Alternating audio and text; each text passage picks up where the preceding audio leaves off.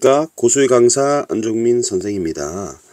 자, 이번 시간에는 관동별곡 교과서로 이제 306페이지인데요. 이 부분이 되게 중요한 부분이 이제 본사가 끝나고 이제 본사 1이 끝나고 본사 2가 시작되는 부분입니다. 이제 본사 1에서는 주로 산 얘기를 했는데 이제 바다 쪽으로 가게 됩니다. 그래서 이 지도를 보시면요. 여태까지 이렇게 경로를 거쳐 왔어요. 그래서 이제 회양까지 왔는데 금강산에서 막 이렇게 구경을 했던 부분이 이제 파트 1, 본사 파트 1, 본사 1이었습니다. 이제 바다 쪽으로 가게 되잖아요. 바다 쪽으로. 그래서 이 바닷가 동해 지금 7번 국도 라인으로, 여기는 북한입니다. 그래서 요 국경선 보이죠, 그죠? 휴전선 보이는데 이쪽으로 쭉 내려오게 되는 부분이 이제 본사 2가 됩니다. 그래서 이 부분이 이제 여러분이 이제 관동별곡에서 순서를 잡을 때 되게 중요한 부분입니다. 그러니까 선후 관계를 따질 때 요 부분이 이제 본사 2, 그러니까 앞부분은 산, 요건 바다, 동해가 바다잖아요. 그래서 요 부분을 좀 주의해서 보시면 되겠습니다. 그래서 요 부분 이제 본사 2가 바다로 시작되는 부분이다라고 이해하시면 됩니다. 자, 산중을 매양보랴. 매양은 여러분 마냥 이렇게 해석해도 되고요. 항상 이렇게 해석해도 됩니다. 마냥, 항상 보랴 하면 여기 쌤이 랴 얘기했잖아요, 그죠? 랴료, 냐뇨, 까고, 가고, 니은다, 는다, 난다리가 나오면 의문형입니다. 그래서 이렇게 물음표시게 나와. 그러면 보겠느냐, 항상 보겠느냐, 산을 항상 보겠느냐, 그럼 보지 않겠다, 그만 보겠다, 이런 뜻이 되겠죠. 그래서 서리법이 되겠습니다. 서리법, 동해로, 동해 바다, 동쪽 바다로 가자. 사라를 여러분 빼버리면 가자가 되잖아요. 가자. 그러면 정유법이 되겠죠. 정유형 문장이니까 정유법이 되겠습니다. 자, 그래서 이제는 본사 1에서 본사 2로 간다. 여러분 이렇게 이해하시면 되겠습니다. 그래서 본사 1에서 본사 2로 가는 부분입니다. 자, 그래서 남녀 완보하여. 남녀도 좀 중요한데요. 남녀, 남자 여자는 아니고요. 이렇게 한자를 보니까 남자 여자는 아닌 것 같죠, 그죠? 이거는 지붕 없는 가마라는 뜻이에요. 지붕 없는 가마, 지붕 없는 가마. 그럼 지붕 없는 가마를 탔다. 자, 요거는 왜 중요하냐면 신분이, 작가의 신분이 양반이기 때문에 가마를 타고 간다. 그죠? 그래서 평민이 아니고 신분을 알 수 있는 단어다. 이렇게 보시면 되겠습니다. 신분이 양반이다. 그래서 지붕 없는 가마를 타고 천천히 걸어서, 완보는 천천히 걷다.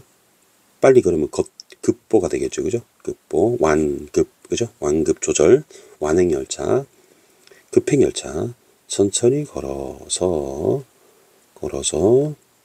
산영루, 그러면 산 그림자의 누각이라고 되어 있죠. 그래서 이거는 지명이자 여정이 되겠습니다. 여정이고 누각입니다.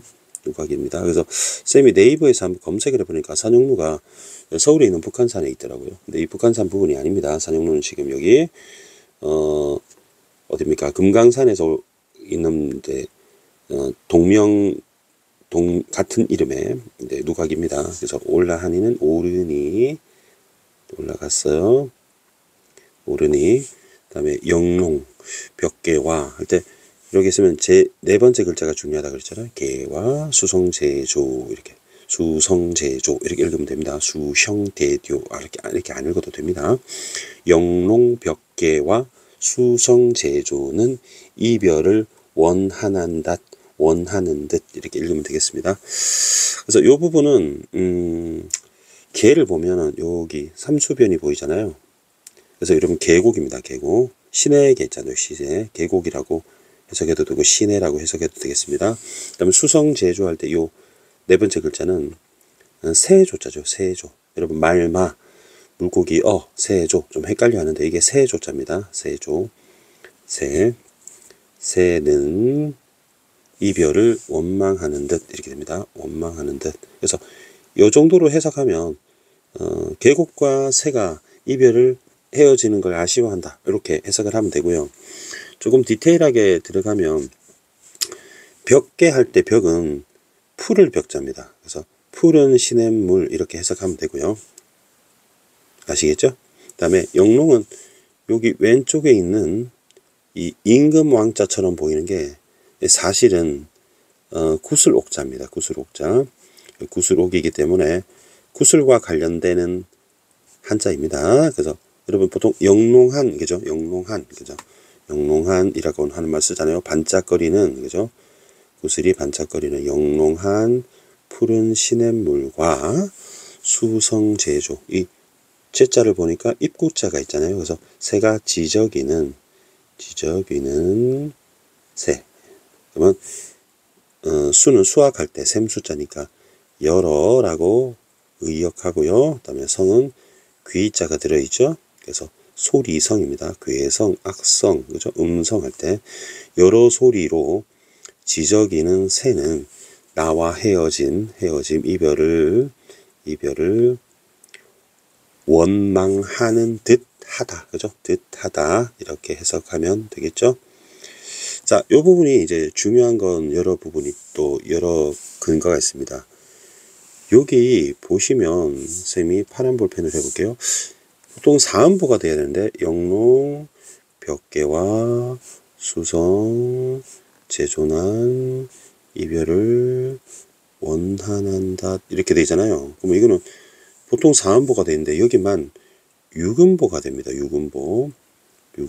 그러면 원래는 사음보로 되는 게 음보율을 맞추는 게 저희 원칙이잖아요. 근데 원칙인데 유금보라는 거는 좀 예외인 거잖아요. 예외. 그래서 예외인데 요 예외가 이게 격식이라면 사음보가 격식을 지킨 거라면 이 유금보가 되는 거는 파격이라고 할 수 있겠죠. 파격. 격식을 파괴한 것이죠. 그래서 요 부분에서 하나 중요하고요.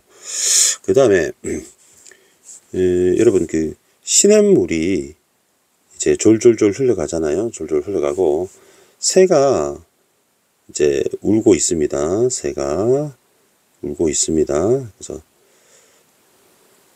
이제 정철이 여기서 이제 금강산에서 이렇게 떠나가고 있는 거잖아요. 화자가. 그래서 화자가 떠나가고 있습니다. 사실은 뭐 가마 타고 가지만 선생님이 이렇게 걸어가는 걸로 하고 있습니다. 그런데 이 새랑 시냇물이 눈물을 흘리고 유유 이렇게 하고 있다는 거죠. 그래서 아쉬워한다는 거죠. 그러면 실제로는 이 새와 시내가 내가 떠나는 것 이별을 원망한다. 그죠? 이렇게 지금 표현하고 있는 거잖아요. 화자가 떠나는 걸. 그런데 여러분 그 모든 행동하고 판단하고 책임을 지는 것은 인간이고 인간이 주체가 되죠. 그러면 자연은 객체입니다. 객체 대상이죠. 그런데 주체가 이 떠나는 정철이 화자가 이곳을 떠나는 것을 아쉬워하는 게 맞겠죠. 그죠? 그래서 주체가 이 떠나는 상황을 아쉽다 이렇게 하는 것이 맞을 텐데 마치 객체가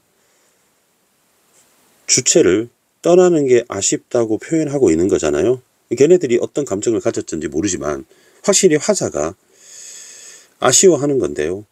객체가 주체가 떠나는 것을 아쉬워한다고 표현을 하는 건 사실은 팩트상 틀렸잖아요.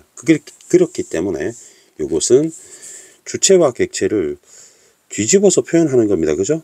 그래서 이거를 주객전도라고 하죠. 주객전도. 주체와 객체를 뒤집어서 표현했다. 주객전도라고 하는 겁니다.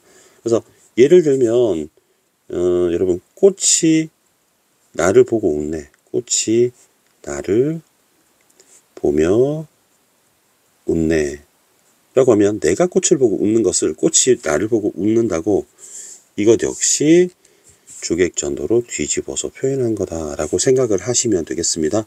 그 부분이 좀 중요합니다. 그래서 일종의 감정이입이라고 할까요? 감정이입적인 표현입니다. 그래서 화자가 이 산을 떠나는 것을 아쉬워하는 부분이 나와 있습니다. 그 다음에 정귀를 떨치니 오색이 넘는한다. 고각을 썼보니 해운이 다 건넌다. 요 부분 하고 서로 짝을 이루니까 요 부분은 대꾸가 되겠죠. 그 다음에 해석을 해볼게요. 전기는 이 깃발입니다. 요것이 이제 방자인데 요 깃발입니다. 깃발을 이렇게 해석하면 되고요. 그 다음에 떨치니, 그죠? 떨치니 오색, 5가지 색이 5가지 컬러가 넘놀다, 그죠? 넘놀다, 넘쳐노는 듯 하다 이렇게 되고, 그 다음에 고는 드럼입니다. 드럼, 북입니다. 북고차. 그러면 북이 나왔으니까 북을 치고 라고 기억하면 되겠고요. 각은 뿔이잖아요. 뿔각자잖아요. 삼각뿔, 삼각 할 때 뿔. 그래서 뿔나팔, 뿔고동, 뿔피리 뭐 이렇게 해석합니다. 뿔나팔이라고 할게요. 뿔나팔을, 그죠? 섞어 부니, 부부젤라처럼, 트럼펫처럼 섞어 부니, 이렇게. 그러면 청각적 심상입니다. 위에는 이제 시각적 심상이고요. 붕 하고, 이거는 깃발이 펄럭이는 모습, 5가지 색깔이. 그 다음에 해운, 이때 해자가 많이 본 글자죠. 동해 할 때 물수변 들어있잖아요. 그래서 바다가 되고요. 바다, 운도 많이 들어봤죠. 요 위에가 비우자입니다. 그래서 구름운, 바다 구름이 다 겁난다는 거는 커튼처럼 하늘에서 구름이 다 거치는 닷 하는 거는 듯입니다. 듯 이렇게 보시면 되겠습니다. 발음할 때 닷, 우리 쓸 때는 듯 이렇게 하면 됩니다. 이렇게 되고 명사길 할 때 이 명자가 이제 세조자가 들어있는데 입구자도 들어있죠. 그래서 운다 이거죠. 울다. 그럼 울다라는 거는 밟으면 소리가 난다 이런 뜻이고요. 그 다음에 요거 삼수변이라고 자주 나오죠. 삼수변은 뭐다? 물이다. 삼수변은 물이다. 물. 그래서 이게 모래입니다. 모래.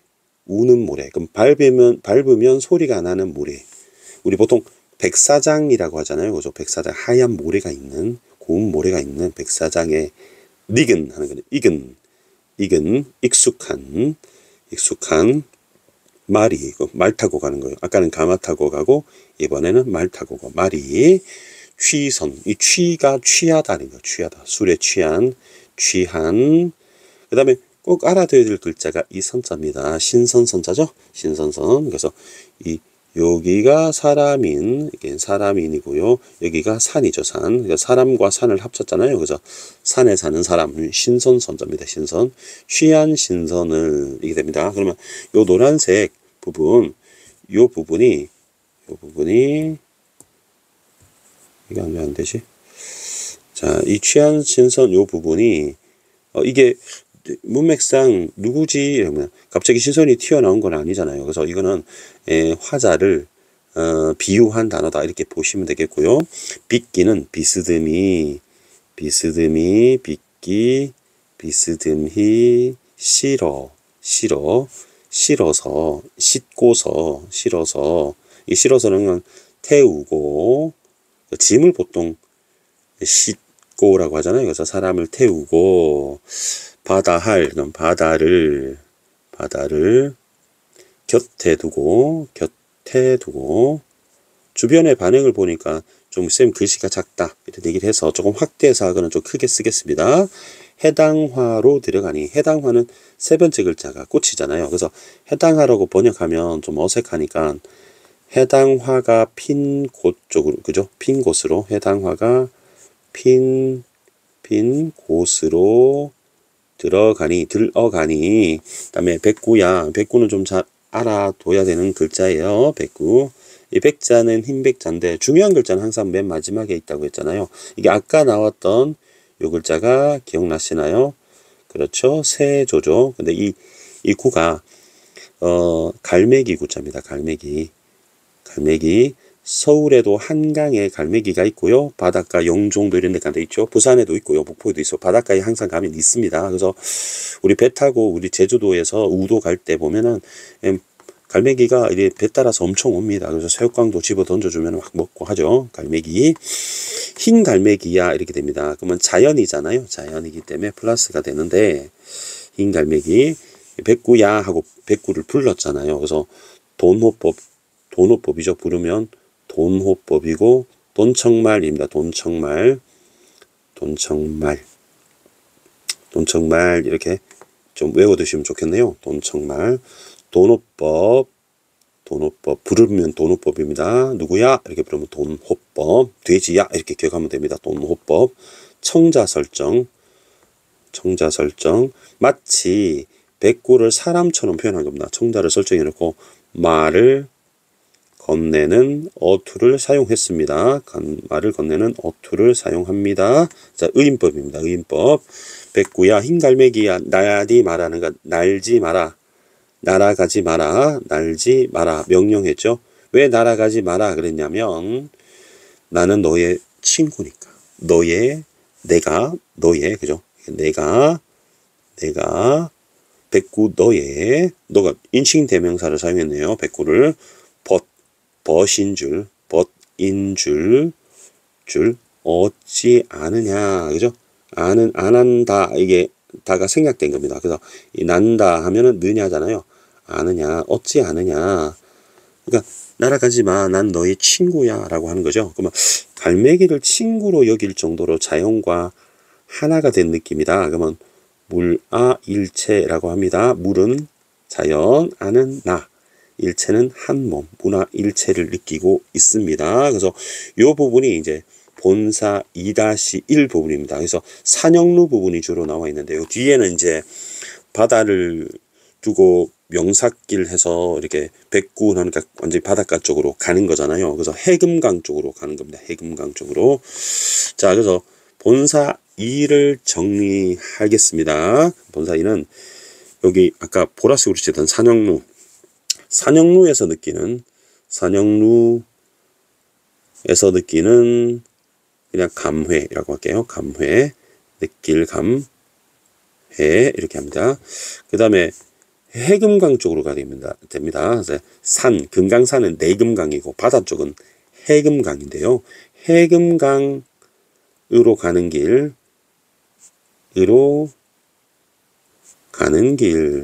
길에서 느끼는 흥취라고 할까요? 흥에 취해서 신나 있습니다. 아주 기분이 되게 업돼 있는 그런 상황에서의 느낌을 얘기합니다. 그러면 다음 시간에는 또 금난굴의 총석정 부분 보고 영랑호에서 이제 쭉쭉 진도가 나갈 겁니다. 왜냐하면 이 바다를 우리 7번 국도 타고 쭉쭉 내려오게 되거든요. 그래서 총석정 부분하고 3.1포 부분, 해돋이 보는 의상대, 강릉 부분, 죽서루 부분하고 점점 이제 끝으로 가고 있습니다. 50%는 지났습니다. 그래서 좀 머릿속에 안 들어오잖아요. 그래서 쌤이 최대한 디테일하게 설명해서 좀 인상을 깊게 만든 다음에 여러분이 복습을 여러 번 다시 한번 하셔야 되는 작품입니다. 그래서 좀 반복하면 굉장히 익숙해질 거예요. 여러분 힘내십시오. 자, 이것으로 마치겠습니다. 고수의 국어는 항상 최선을 다하겠습니다. 여러분 감사합니다.